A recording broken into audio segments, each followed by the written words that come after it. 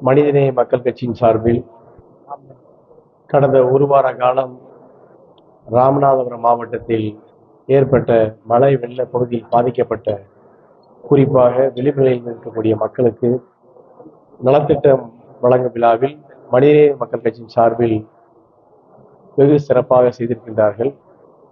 இந்த இயக்கத்தை பற்றி நான் சில கருத்துக்களை பதிவு செய்ய வேண்டும் என்று நினைக்கின்றேன்.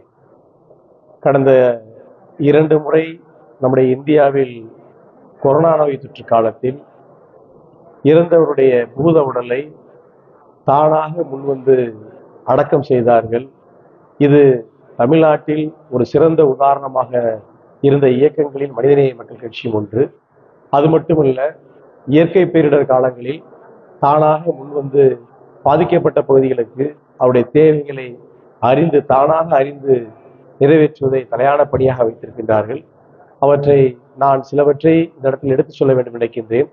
குறிப்பாக சாலை ஓரங்களில் நடக்கக்கூடிய விபத்துகளில் காயம் ஏற்படுவர்களுக்கு அவர்களுக்கு தேவையான இரத்த தேவையை உடனே அறிந்து இரத்த தானத்தை தானாக முன்வந்து கொடுக்கக்கூடிய இயக்கங்களில் ஒரு மாபெரும் இயக்கமாக மனிதநேய மக்கள் கட்சி விளங்குகிறது.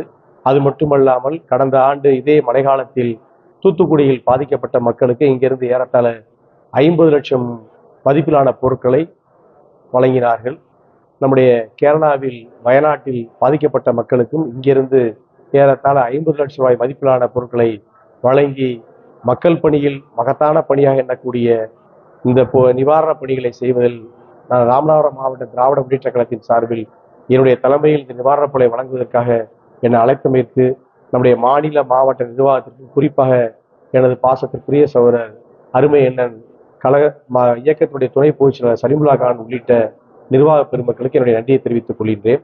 நம்முடைய இறையருளில் சொல்லக்கூடிய, குரானில் சொல்லக்கூடிய ஒரு தத்துவத்தை நான் இந்த இடத்தில் எடுத்து சொல்ல வேண்டும் நினைக்கின்றேன்.